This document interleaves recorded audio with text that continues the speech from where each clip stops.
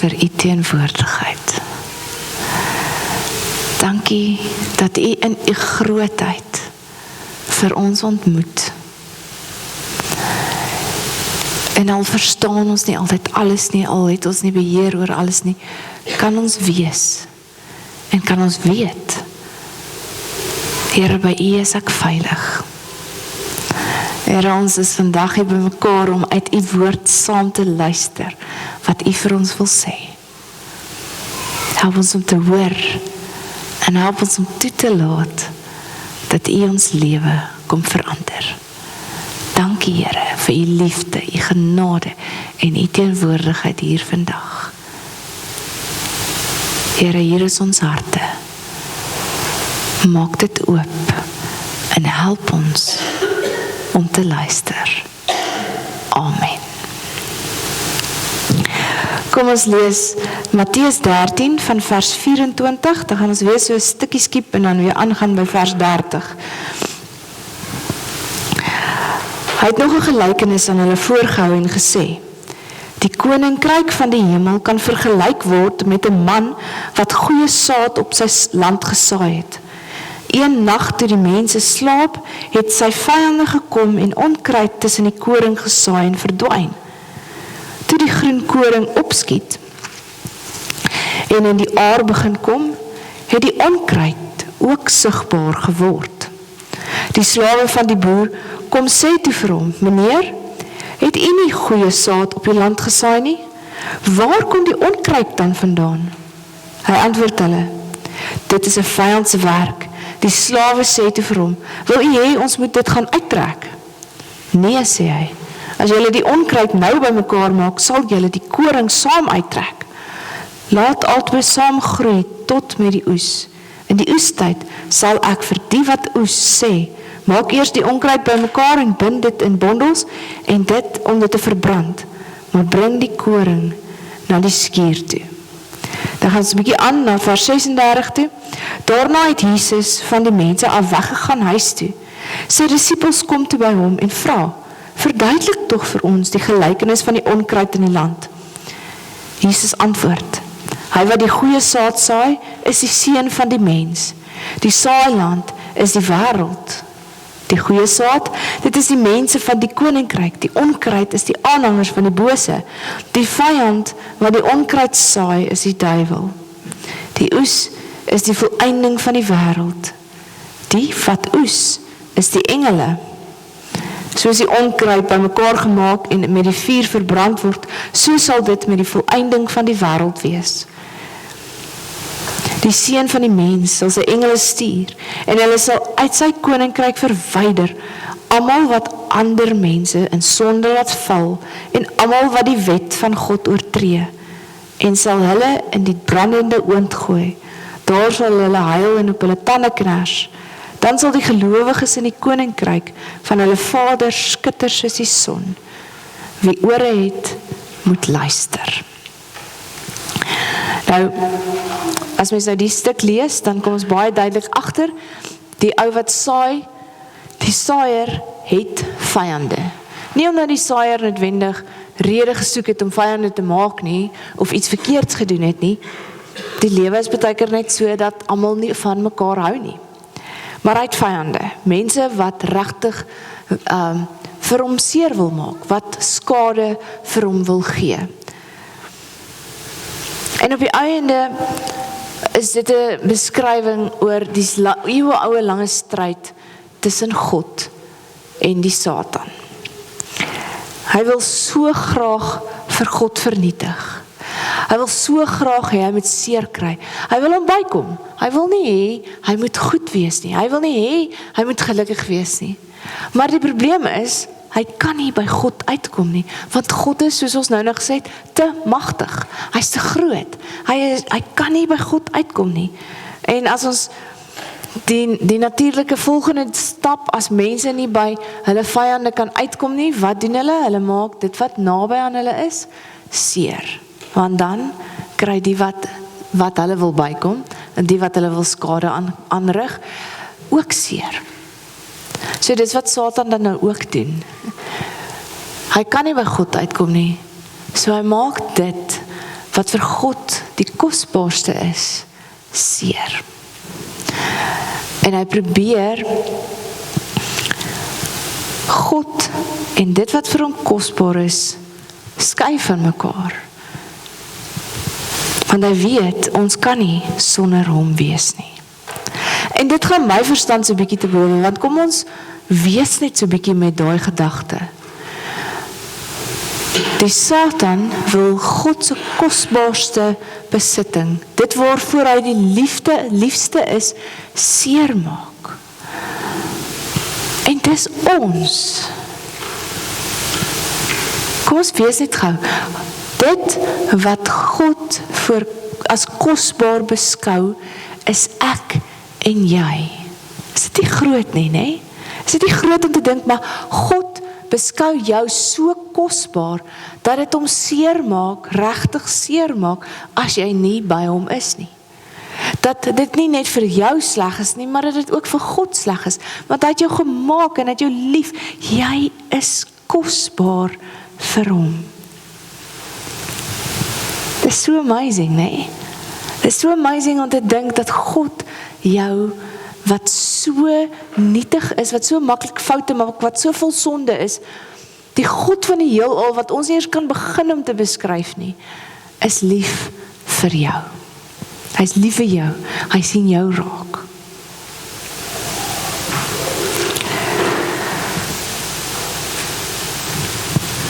Dit is so mooi. So, hierdie vyand strooi onkruid tussen hierdie skoon saad.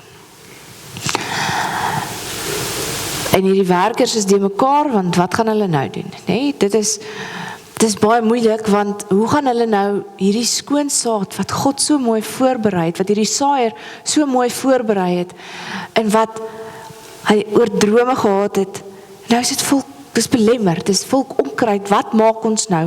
Gaan ons dit net uithaal, en gaan ons dadelik 'n plan probeer maak, maar die probleem is, as ons nou saadjies, die onkruid probeer uithaal, trek ons die jong koringplantjies ook uit. Want ons sien nog nie waar alles gegroei het, en waar alles opgekom het nie, en die onkruid lyk heel waarskynlik baie soos die koringplantjies ook. So, wat doen ons nou? En die eienaar sê, moenie dit uittrek nie. Die beste wat ons nou kan doen, is om dit saam te laat groei, en met oestyd sal dit baie, baie duidelik wees, wat is onkruid en wat is koring. Onkruid kan hulle self dalk vermom as koringplantjies terwyl hulle klein is, maar onkruid kan nie koring dra nie. Onkruid kan nie koring voortbring nie.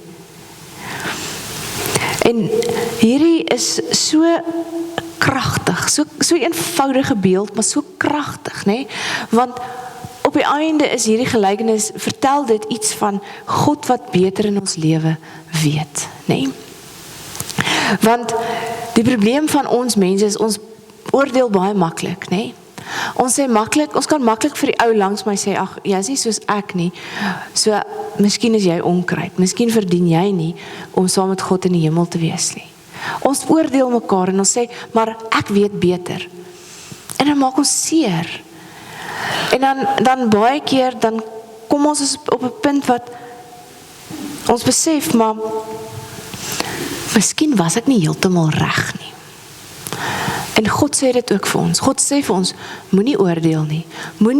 Jy weet nie alles nie. Jy kan nie sê, die ou langs jou, sy hart behoort aan die Here, of sy hart behoort nie aan die Here nie.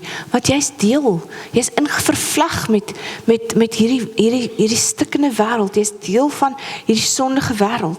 Jy het nie die reg nie, God weet beter, en God sê, moenie worry nie, los dit aan my oor, ek sal die oordeelwerk doen.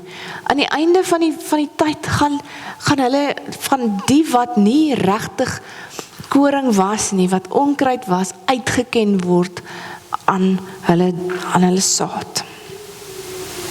Dit was so dink aan, op 'n stadium met my ouers hierso gekuier, en hulle wou verskriklik graag 'n suurlemoenboom kry en soos my ma altyd is, as sy iets wil doen, dan wil sy dit nou doen.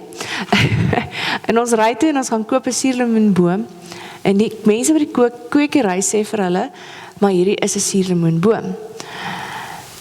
En hulle het hom gekoop en al die pad Bloemfontein toe gery en hulle het hom gaan plant en die ding het regtig soos 'n suurlemoenboom gelyk. Maar toe hy nou begin vrugte dra, toe kom hulle agter, maar die kwekery was toe nou heel verkeerd. Dit was nie 'n suurlemoenboom nie, dit was 'n narkieboom. En hulle het toe nou 'n narkieboom. Hulle het nog steeds die narkieboom, maar hy dra eintlik amazing vrugte. Maar die punt is, dit was nie 'n suurlemoenboom nie. En baie keer dink ons is experts op ons veld en baie keer is ons, maar ons maak foute. Baie keer dink ons suurlemoenbome is narkiebome en suurlemoenbome, maar as ons begin vrug dra, dan kan 'n mens nie meer dink iets is nie meer wat dit is nie. Want dit was op die ouend 'n narkieboom. En jy kan nie sy DNA verander nie, hy is wat hy is, nê? En dit laat my so dink aan dit, wat God hier kom sê, is baie keer dink ons het hierdie vooropgestelde idees van hoe goed moet wees, en baie keer legit, en baie keer het ons goeie rede daar agter. Maar God sê, ja, daar's riglyne wat ek vir jou gee, om volgens te lewe, maar jy kan nooit sê, iemand se hart behoort aan die Here, of hy behoort nie aan die Here nie. Net God weet. Maar God sê, my kind, ek het jou nie gelos nie. Ek laat nie net slegte mense doen wat hulle wil nie. Ek is besig met alle mense. Die waarheid sal uitkom. Die waarheid sal uitkom. God kom en hy kom sê, ja, ek het nie nou al die antwoorde nie. Ek weet nie presies, ek en jy weet nie nou presies hoe die lewe werk nie. Ons verstaan nie. En baie keer sê ons goed soos, ek kan nie verstaan nie, hoe is hierdie regverdig? Hoe maak hierdie sin? Hoe kan, baie keer vra soos, hoe kan God hierdie toelaat? Miskien soos die werkers ook vir die saaier gevra het, maar hoekom laat jy toe dat hierdie onkruid tussen hierdie koring groei? Dit is nie reg nie. Maar die saaier wou al die koring red. Hy wou nie net van die koring red nie. En as hy dit te vroeg uitgetrek het, was daar die mekaarspel en daar sou van die koring saam met die onkruid uitgetrek word. En dis die rede hoekom hy sê, okay, kom ons los dit, dat ons ordentlik kan uitken tussen die koring en die onkruid. So God kom en hy kom sê vir ons, vertrou my. Vertrou my, ek weet wat ek doen. Ja, jy as mens het vra, en ons mag dit vir die Here vra.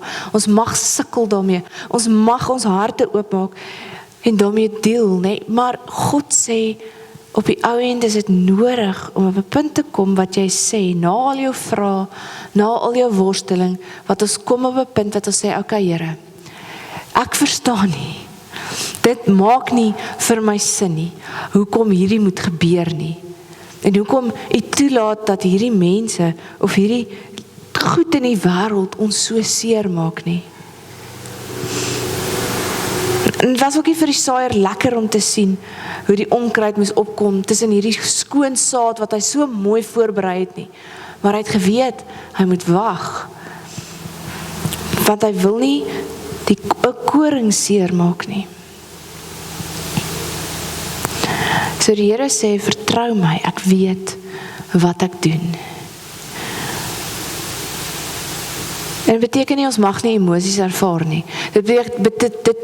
Dit beteken nie, ek mag nie kwaad wees of voel wat ek nodig het om te voel nie, want die Here sê nog steeds, jy kan by my voete kom sit, jy kan jou hart oopmaak, jy mag met my praat, jy mag jou seer vir my kom gee, en ek sal vir jou kom rus gee, ek sal vir jou kom vrede gee, kom na my toe, maar weet ook, jy kan my vertrou, ek is nie besig om jou te na te kom nie, ek het jou lief. So wat moet ons as volgelinge, as dienaars van God dan doen? Wat is die boodskap dan? Ek dink in die eerste plek is dit belangrik om te weet, ten spyte van al ons vrae, ten spyte van al ons worsteling, ten spyte van die wêreld wat so moeilik is en wat ons nie altyd verstaan nie, moet ons vir God vertrou. Ekskuus.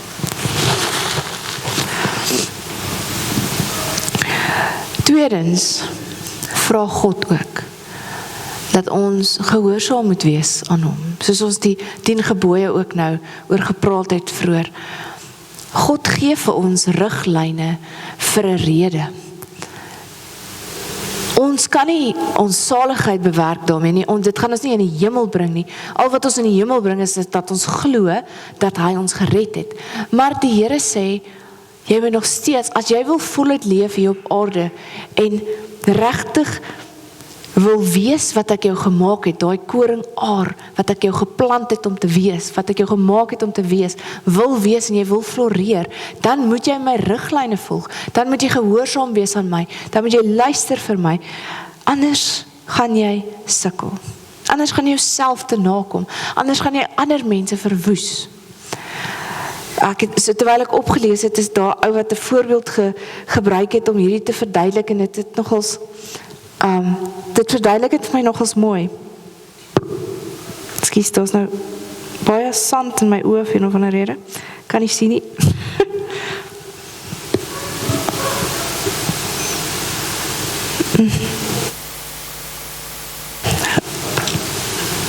Sorry julle, ek weet nie wat nou gebeur het nie. Ja, hy vergelyk met 'n kar.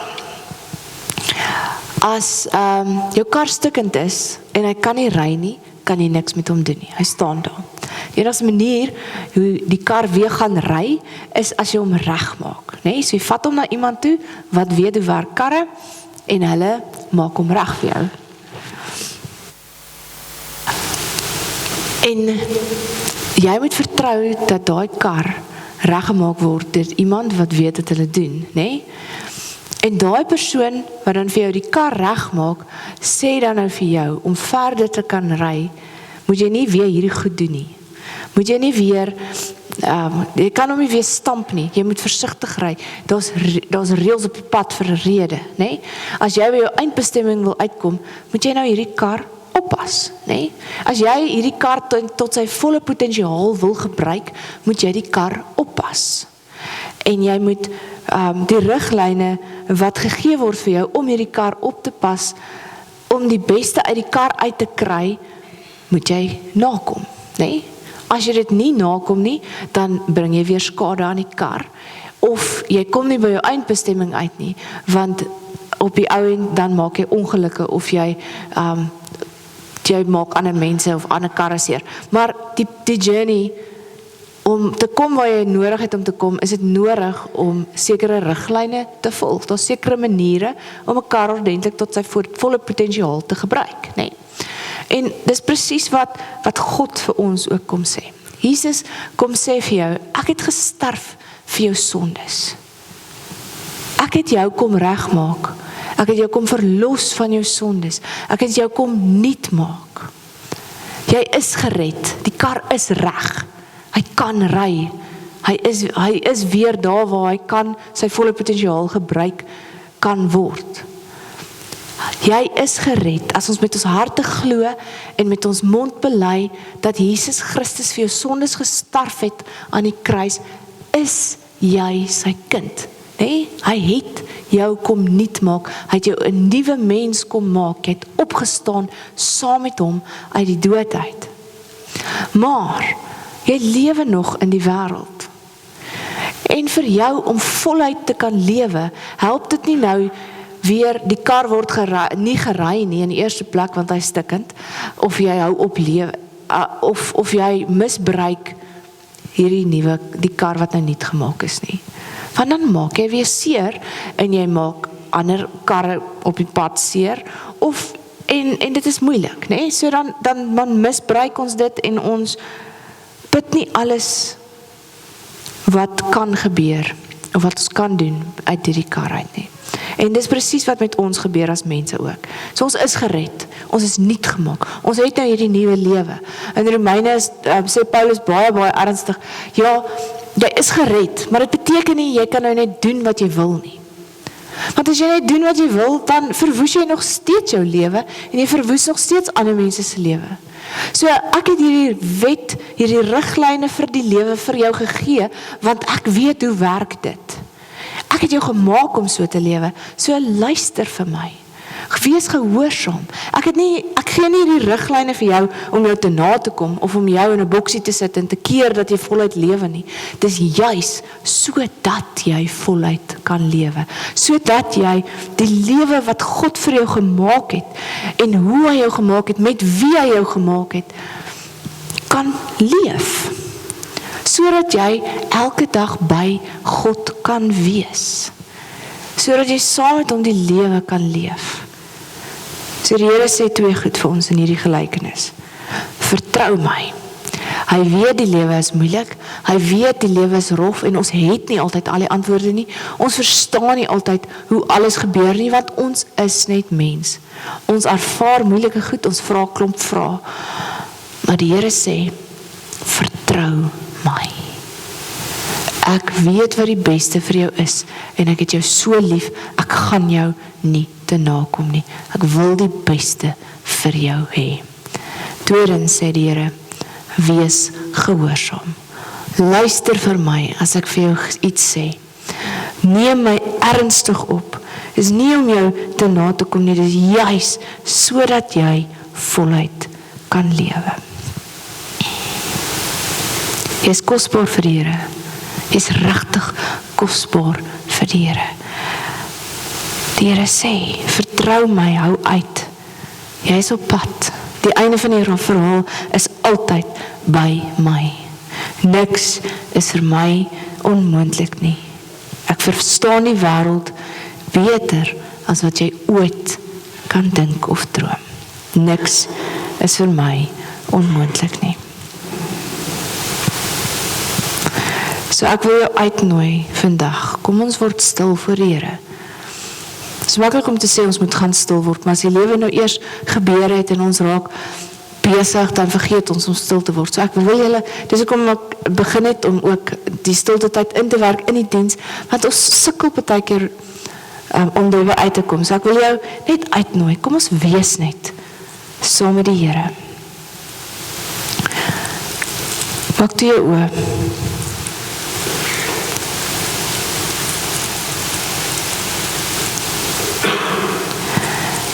Imagine God is voor jou, want hy is by jou, hy is altyd by jou. Wat is dit in my lewe, wat ek die Here mee moet vertrou? Praat met die Here, sê vir hom.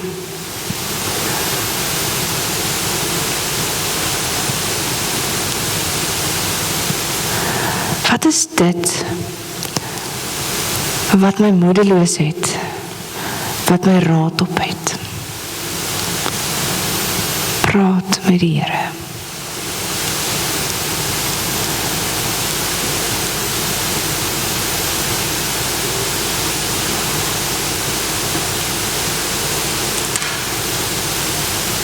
Wat lyk vir my heeltemal onmoontlik?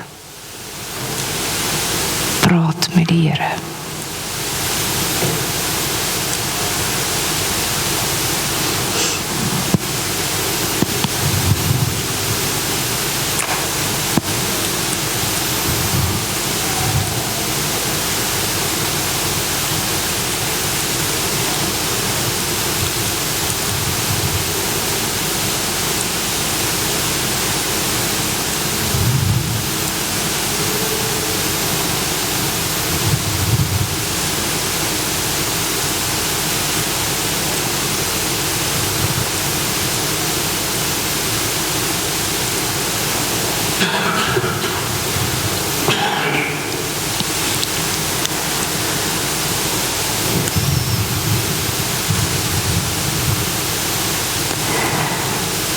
Here,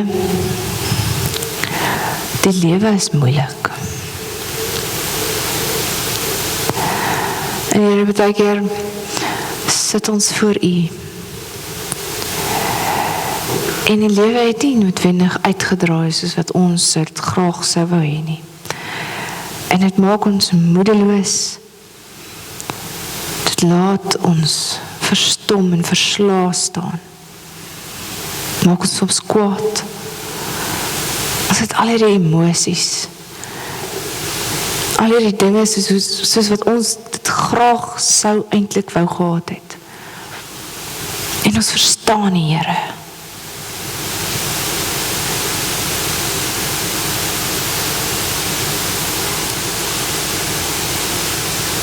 Here, ons verstaan nie. Dit maak nie sin nie.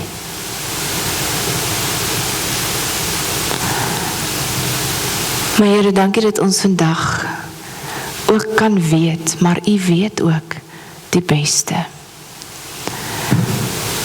Dat ons vandag ook kan weet, maar U sê, vertrou my, my kind. Ek weet jy verstaan nie alles nie. Maar vertrou my. Jy is kosbaar vir my. En ek het jou lief. Vertrou my.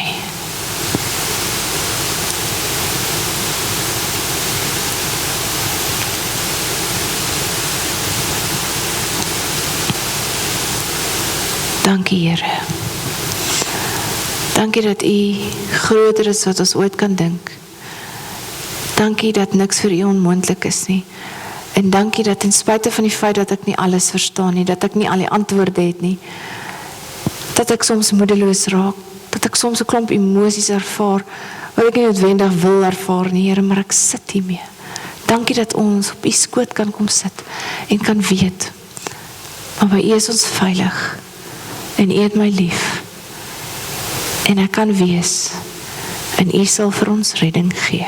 U het vir ons redding kom gee. U het van ons uitkoms kom gee en U sal vir ons uitkoms gee. Dat ons ook kan weet, maak nie saak waar ons gaan nie. Ons is veilig in U hande. Dankie, Here, vir U liefde en U genade. Amen.